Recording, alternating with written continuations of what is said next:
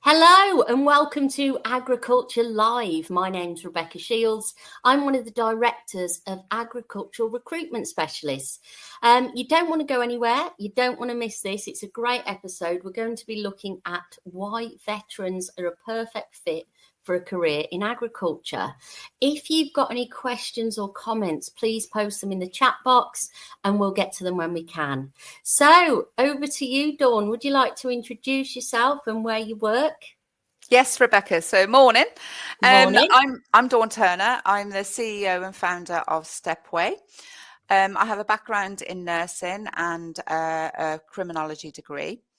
And I'm a proud mother of two serving soldiers. One is now a veteran. Fantastic. So how do you define a veteran?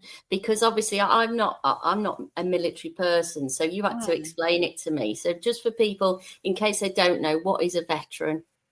Yeah, it's very confusing for some because a veteran, people picture an old guy with a walking stick with a row of medals turning up on Remembrance Day, and it isn't. It's anybody that served at least one day in the armed forces and has now left. Right. Okay. Got you. So it's easier than saying ex-military. It's veterans. Yeah, I think it's more of an American term. We used to say ex-forces, and it's kind of like leaked into our society, and now we call them veterans. Fantastic. So, so tell us about what Stepway is for those that don't know. Yeah, so Stepway is a military charity. We support all veterans and their family members, helping them to transition back into civilian life. But we also support those who are still serving and reservists. And we also support those that have been out for a very long time. And there's a lot of confusion over that as well, because they think that Stepway is here just for people who have just recently left. And it's not the case. So we work with people from the age of 19, early service leavers, right up until, well, I think our oldest one is in his 90s, and he joins in with all the groups and everything. So Fantastic. we focus mainly on mental health, welfare support, employability through our 7-step civilian skills program, and many activities and groups that we put on too. So it's all good work for veterans. So why did you start Stepway? What was the drive behind it? Yeah, so I've always worked with veterans and the armed forces. Being a mother of two serving soldiers, I've seen and worked with families that have got sons and daughters. Both my sons went to Harrogate, the Army Foundation College. We met a lot of families, and they all went to war, either in Iraq or Afghanistan at the time. Including my lads. And we kind of like prepared ourselves as much as possible because we knew that some weren't going to return. So we attended quite a few funerals. I felt quite guilty at the time because I still got my two lads, and some family members sadly didn't. But what I didn't prepare myself for was the many funerals due to suicide after. And that became quite a shock. And due to personal experience, back in 2015, when I was nursing at the QE, I received a call to say that my sister had taken her own life. Oh, no. And yeah, it just sent me into a bit of a spiral. So I left nursing. I went back to university to study criminology, purely to build a rehabilitation program for veterans in prison. But in my last year, I lost my brother to alcohol addiction, and my own son's mental health hit the all-time low, and he attempted to take his own life. I reached out, and there was a long waiting list of 6 months, and we was on suicide watch with him, and it just wasn't good enough. So I decided I wanted to build a rehabilitation program, which was going to be more universal, so I could cover all veterans and family members in civilian life, no matter their background or circumstance. So that's how the 7-step civilian skills program was born. And how I was going to deliver it was that I tried to find a little place, and I found a little coffee room at the Salvation Army in Worcester, who gave it to me free for a little drop-in centre, and it grew from there. And that's where I was going to stop.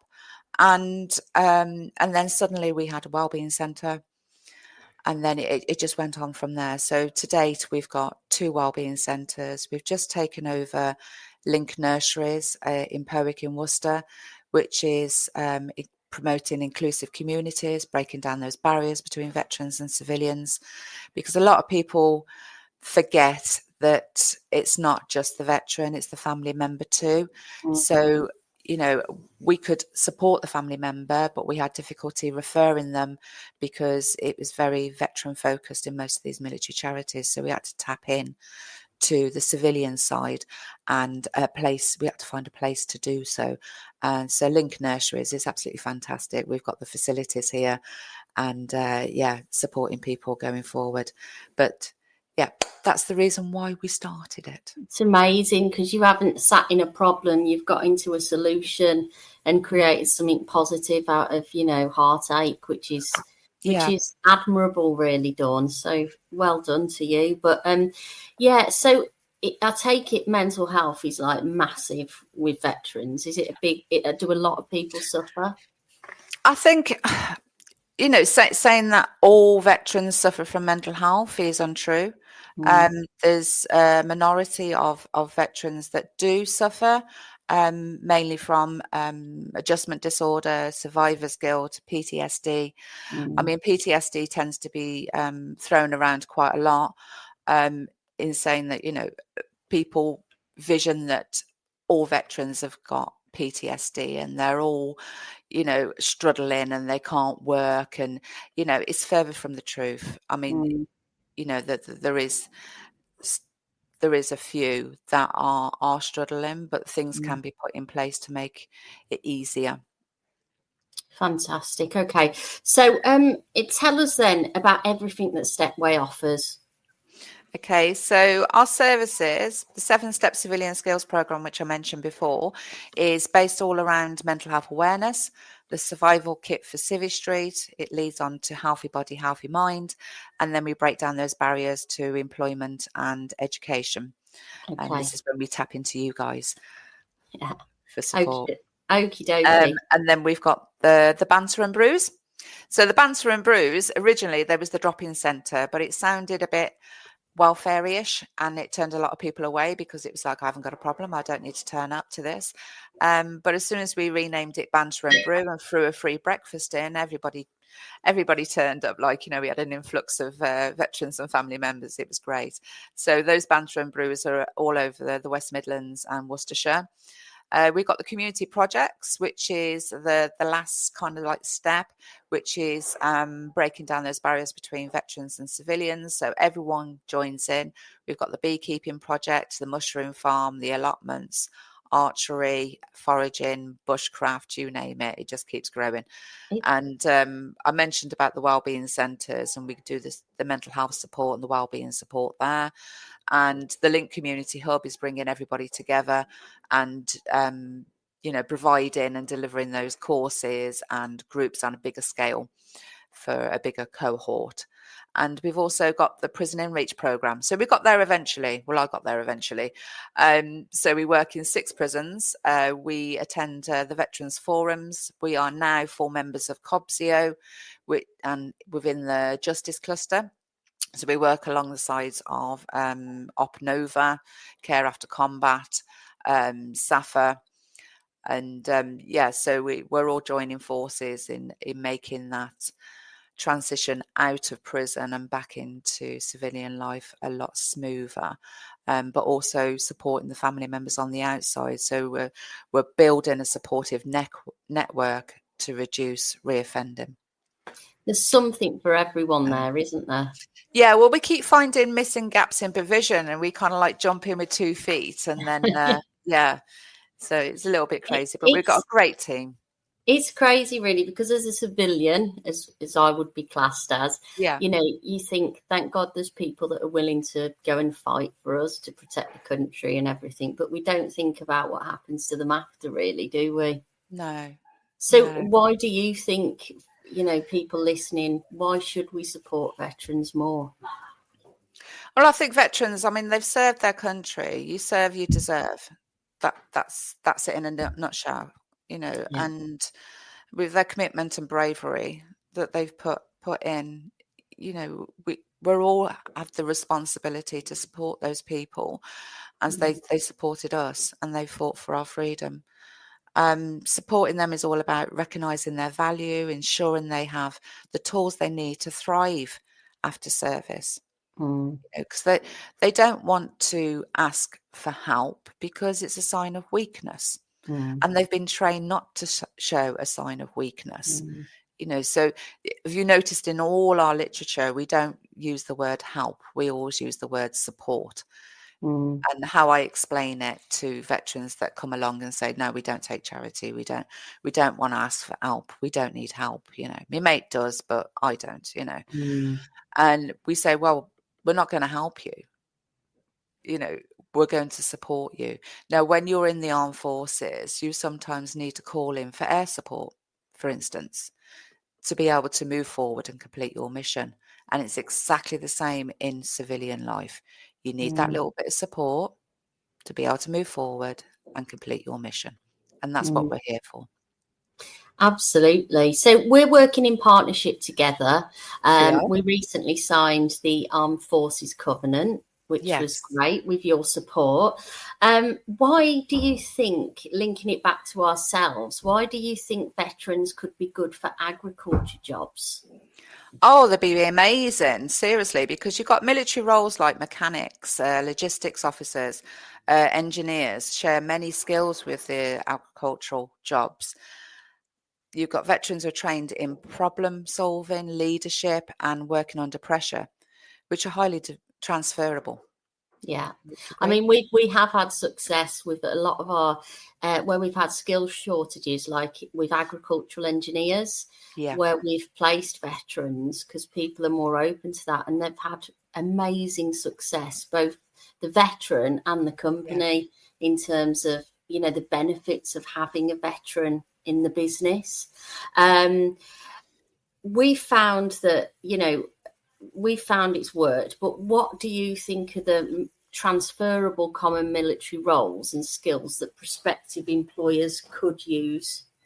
Okay, so they need to be looking at the transferable skills. I mean, you've got military skills like teamwork, which is the Yeah, main one. I know for a personal experience. I mean, our trustee board is veteran led. And most yeah, of our volunteers and staff members are veterans because they get the job done. And it's great. You only have to tell them once, ask them once, should I yeah, say, not tell them, but ask them once, and they get the job done.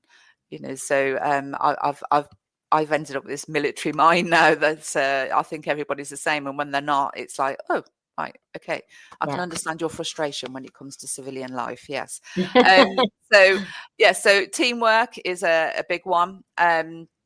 Team management, attention to detail, and they can easily adapt to civilian roles. For example, logistics officer in the army can manage the supply chains in agricultural industry. So yeah, there's a lot out there that we just need to look a little bit deeper, because so a lot of these veterans that come out actually don't know how to transfer their skills Hmm. onto a CV, And which I know that. timekeeping is usually a big one, isn't it? Oh gosh, yeah. If you say be there at 10 o'clock, they're probably there for about 9:22, Yeah. and then you're there at 10 o'clock and they want to know why you're late. So they are very, yes, So, very how can reliable. military skills translate to civilian life, Dawn? Um, I mean, yeah, again, I said there's a lot. The example I gave you about the logistics officer in the army can manage the supply chains in your industry. There's a lot of different skills, but that I know there's a few places, including the lovely Claire from yourselves, who actually builds up CVs, and she has kindly said that she'll sit down with any veteran and have a look at their skill set and their qualifications that they've gained in the armed forces and transfer them into civilian talk, maybe, Yes. Yeah. onto a CV to help them gain employment. So, yeah, it's just worth asking the question. Absolutely. So, what are the main challenges that veterans face during transition so that recruiters can be aware and employers can be aware? What are they? I think it's finding suitable employment, the main one, because I know that quite a few of the guys and girls that come our way, they've bounced from job to job because they have got that set of skills, but again, they haven't been able to transfer them into civilian life. So when they go for a job interview, they think, oh, they're not really qualified to do this job. So they'll offer them a job in a lower position, and it's boring. It's boring for them, and you just can't retain their attention. It's like when you're in the army, you've got this sense of purpose and you've got this sense of belonging, and you've also got that buzz, because you build up all that adrenaline to go out and do what you need to do, and you can get rid of all that adrenaline in I don't know, a job in a factory, in a warehouse. It's very, very repetitive. Yeah. And And you've got to consider, Dawn, as well, that veterans, they have been in the forces because they love learning new skills. they do. And I mean, it So they absolutely are fantastic. sponges, really, aren't they? They are. And it said, with adapting to a less structured civilian life, as we're going back to the armed forces culture, you are in like a safe bubble. Everything is done for you. You get your 3 meals a day, your bills are paid, and whatever's left is yours. So some of the bills that you have to pay when you come out of the army is a bit of a shock.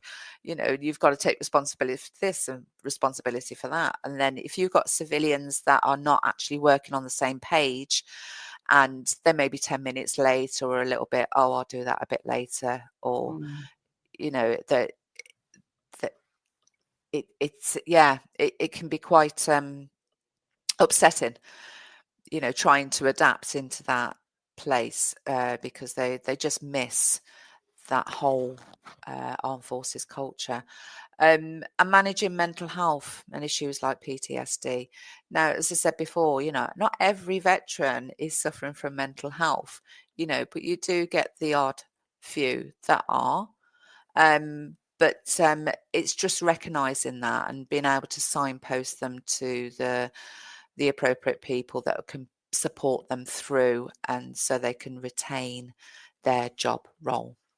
Okay. So you're an employer. You Yes. found a veteran that's perfect for a job, whether it's engineering, logistics, supply chain, whatever it may be. Okay. How do you support them when they come into your workplace? Okay. So supporting them is recognizing their military experience as valuable. So you don't put that aside and say, oh, you've been in the army, great, but you haven't got any formal qualifications. But actually, they're probably more experienced than a lot of people that's already in place, so offering training to fill the gaps, because Yeah. they are keen to learn, as you said before, Rebecca. They're very keen and learning new things, so they'll grab that with two hands. And I have got personal experience with this as well. I will send a list out of free courses that month, and you bet your bottom dollar they sign up to every one, because they're just so interested. They're like sponges. They like to absorb things. And just be patient and open-minded about the transition process. So if they are having a little bit of a meltdown, and this is too much, and I don't want to do this no more, and I want to walk out, just sit down and just have a chat with them, and maybe put them in touch with us, because we can support them whilst they're in their job role. And so if you as an employer wanted to take on a veteran, I know they're very attractive to a lot of companies because of their skill sets and everything. Where do people go about finding them? What should they do? Right. Okay. For finding them. So Yeah, for you've a got. vacancy they've got. How can they find them to fill these vacancies? Oh, right. Okay. So there's a lot of different platforms. So you've got Family Forces, employment support. That's for the family members. You've got employment support agencies. They've gone out of my head, actually, Rebecca. I'm just It's trying to think all- now. But I yes, know we talked about it before, yeah. opening up job adverts, saying that you'll consider, veterans. Oh, I see where you're Um, coming from now. Yeah. So yeah, yeah, on your job description, always put that if you meet the minimum requirement, that you'll always be offered an interview if you're a yes, veteran, armed forces, reservist, yeah, yeah, so on. Um, because a lot will read through and go, no, I haven't got that, I haven't got that. That's it, I'm not applying. yes, yes, yeah, So if you keep it quite open and friendly and inviting, yes. and training provided, that's a big one. Excellent, excellent. So in terms of employees, what can they Yeah. do to support veterans more in the workplace? I think providing mentoring, peer support. So if you've got somebody already in place that's a veteran, it's good to start up like a Yeah. buddy system. So it's nothing like talking to somebody that's walked the walk. So it's like for like, isn't it? It's like us, Rebecca. I mean, we both got children, and we wouldn't be able to explain to somebody that's not got children what it's like to have children. Mm, So it's very much like that with the veterans. Someone that hasn't served, don't necessarily know really what it's all about and what it's yes. like, that culture, unless they've Abs- lived it. Uh, absolutely.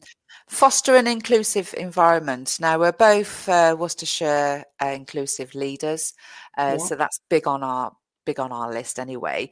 But yeah, just help break down those barriers and understanding within the workplace, and promote mental health awareness and offer flexibility where needed. I So mean, we know that mental health awareness, it's not just veterans, it's a massive thing, mental health it now. is, it is, Um, and it's important for employers to consider that, isn't it? yeah, and it's having that flexibility as well. So you get your sick days. Somebody might ring in and say, "Oh, I've got a stinking cold. I can't turn up today," and that's accepted. But when they call and say, "I need a mental health day," not a lot of people kind of can get their heads around that, and they're like, "Oh, No. suck it up and come in." Yeah, yeah. But we do. We really need to concentrate on that, because mental health affects physical health, as you know. Mm, So, if it keeps bubbling along under the surface, it will turn out physical, and mm. they'll be off for months. So yeah, offer that flexibility when needed. Dawn, you do a fantastic job. I mean, Oh. how can people donate or help your charity? Oh, we're always asking for help, as a charity does, But you can help. All charities are struggling at the moment, Mm, aren't they? It's not an yeah, easy time. it isn't. It isn't. It's a real struggle. I mean, when we first started, COVID hit literally about a month after we started. So Oh, no. yeah, it was interesting, but that's how the community projects were born, because we still had to meet our veterans in a safe, open place. So yeah, so that's how they were born. So they probably wouldn't have come about if it wasn't for COVID. So there is pluses. Yeah. But now with the present climate, I mean, yeah, everyone is struggling, every charity is struggling, and it is a very stressful time. Mm, So we always ask, if you can donate, volunteer, fundraise for us. We had a recent one from Rooftop Housing, and they went for a walk from their Worcester office to Evesham, and they raised over £1,000 and it was called Steps for Stepway. Absolutely fantastic. So if I can encourage other organisations to get on board, or companies that like to get involved, brilliant. And you can, of course, like just visit our website and see about all our details and how you can get involved. And that's at down the bottom. It's running along, so I don't need to repeat it again. But yeah, but thank you so much for having me. And Oh, so I thank can have you. my... I mean, it's been a pleasure. If you are a veteran listening with transferable skills, please contact us at Agricultural Recruitment Specialists, which is www.agrirs.com, where one of our team will be happy to help you. Or if you'd like to find out more on Stepway, please visit www.stepway.org. What a great discussion, Dawn. As you've explained, it's really important, that organisations consider veterans as potential employees, as there's huge benefits there for both. So it was great to have your input today. I do appreciate it. So thank you, everyone, for watching and listening. Keep following us at Agricultural Recruitment Specialists. We've got some great new discussions coming up in the new year. If you would like to be on the show, if you've got a great topic we could discuss, please get in contact with me via our website. And if you would like to hear more on new issues and topics within the agricultural and farming industry, you can follow us on various channels, including Spotify, YouTube, Apple Podcasts. Just look up Agriculture Live.